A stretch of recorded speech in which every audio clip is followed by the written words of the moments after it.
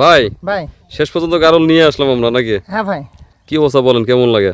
আলহামদুলিল্লাহ ভাই। তো এখন আপনাকে কিন্তু অনেক দায়িত্ব নিতে হবে, বিশেষ করে মানে অবকাঠামো দাঁড়ানো আগে পরে। এখন আলম ভাই তো আমাদের সঙ্গে আছেন, সবাই দূরে আছেন। হ্যাঁ ভাই।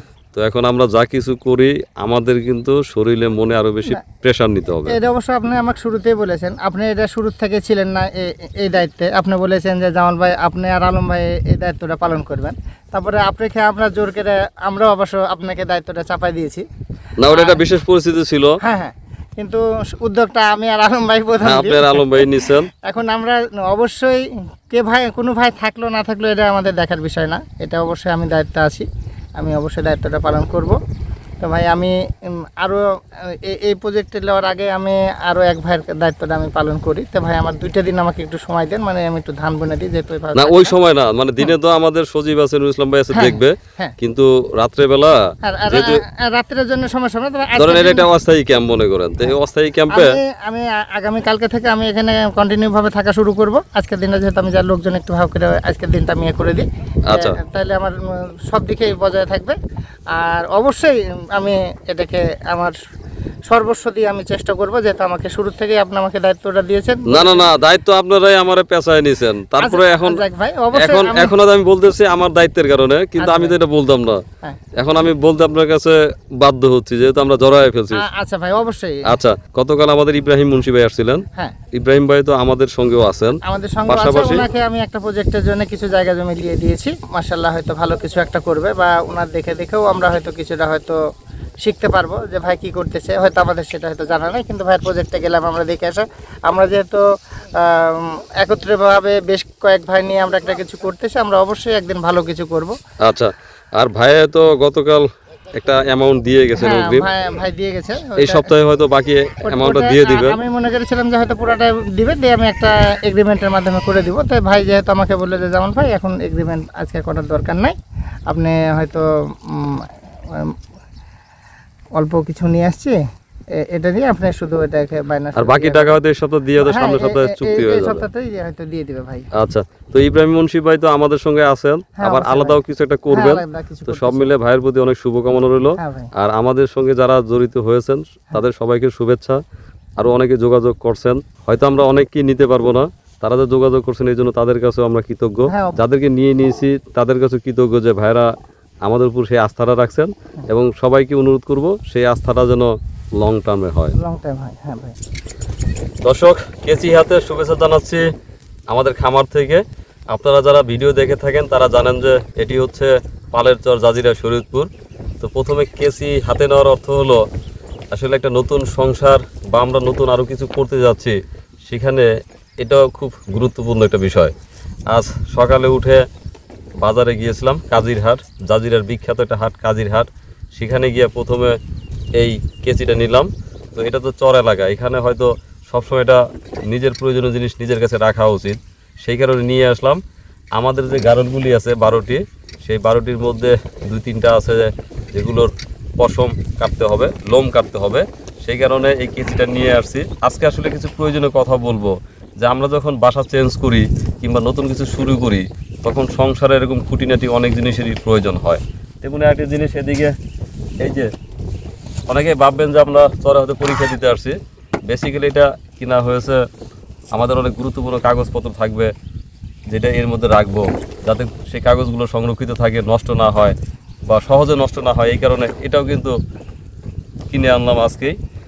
একটা টালি খাতা নিলাম, অর্থাৎ আমি এই যে খরচপাতি করছি, টাকা পয়সা আসছে, এর অনেকগুলি কিন্তু কম্পিউটারে লিখে রাখি। পাশাপাশি এখানেও একটা কপি থাকবে, সেই জন্য আমাদের খরচের খাতা হবে এটি। তো আমরা এই পাশে একটা নতুন শেড, মানে একেবারেই স্বল্প সময়ের জন্য করছি, যে শেডের মধ্যে আমাদের গারলগুলো আপাতত থাকবে। অস্থায়ী যে জায়গাটি উঠাতে গেলাম, সেখানে দেখেন প্রয়োজনীয় কত জিনিস। এই যে একটা খুন্তি বলে, এই যে খুন্তিতে মাটি উঠানো হচ্ছে, এটাও কিন্তু এখানে আসার পর আমাদের ছিল না, আমাদের কিনা ছিল। তো এটা কিন্তু আমাদের আগের খামারের, আর এখন যেটা করছি এই খামারের জন্য কিন্তু আমাদের এগুলো কিনতে হবে। যেমন এই রশিগুলো কিনে আনছি, হয়তো ওখানে এই রশিগুলো কাজে লাগবে, সেজন্য রশি কেনা। তারপরে আবার কালকে বাঁশ আনবো, কালকে বাঁশ এনে এই বাঁশ দিয়ে এইখানে এটা রেডি করে ফেলবো। তারপরে এই নেট নিয়ে আসলাম। এই নেটগুলি আসলে এই অস্থায়ী ঘর, সেই অস্থায়ী ঘরের মধ্যে আমরা চাচ্ছি যে চারপাশে বিছিয়ে দিয়ে রাখবো, পানি আসার আগ পর্যন্ত বেসিক্যালি এভাবেই রাখবো। আর জামাল ভাইয়ের সঙ্গে আমার কথা হয়েছে, জামাল ভাই খুব সাহসী মানুষ, সে যখন আমাদের এখানে কেউ থাকে না তখন সে একাই এই জায়গায় থাকেন। তো এই জন্য জামাল ভাইকে বলছি যে পর্যন্ত আমরা মানে ভালোভাবে গরু বা ক্যারলের জন্য ভালো কিছু করতে না পারবো ওই পর্যন্ত জামাল ভাইকে কষ্ট দিব। দিনে থাকেন আর না থাকেন, সন্ধ্যার পরে জামাল ভাই থাকবে। এটা হচ্ছে আমাদের সব ভাইয়ের প্রতি জামাল ভাইয়ের একটা স্যাক্রিফাইস। কারণ ভাবি এখানে থাকেন, আস্তে আস্তে ঘর উঠলে এখানে হয়তো থাকার ব্যবস্থা হবে, তখন জামাল ভাই ভাবি সহ সবাই এখানেই থাকবে। এই রাজহাঁস আমার খুব ভালো লাগলো যে কিছু কুড়ো আর ভুসি আনছি, কিন্তু আমার ওদের খাবার দাবার দেখে মনে হলো যে আসলে এই কুড়ো বা ভুসি লাগবে, কিন্তু এখানে যে খাবার আছে এই খাবার দিয়েই ওদের আসলে জীবন ধারণ সম্ভব। আমি একটা জিনিস খেয়াল করলাম, কালকে যখন গারল আনলাম, যে খাবারগুলো কিনে খাওয়াতে হয় এরকম প্রাণী এখানে পারলে সেই খাবারটা কিন্তু কালকেই আমাদের কিনে আনতে হতো। তো যেহেতু গারল চারদিকে বিচরণ করছে, আমি সজীবকে বলে দিচ্ছি সকালে 2 ঘন্টা আর বিকালে 2 ঘন্টায় 4 ঘন্টা রেগুলার এদের সঙ্গে থেকে আমাদের যে চারণভূমি আছে এগুলো খাবে। তো রাজহাঁসও সেম, আমি দেখলাম যে ওরা খাচ্ছে, ওদের মতো বেড়াচ্ছে। তো সেই জায়গা থেকে বলছি যে 3য় প্রজেক্ট হবে রাজহাঁস, কারণ রাজহাঁসের কিন্তু প্রচুর দাম, আর রাজহাঁস অনেকেই অনেক শখ করে খান।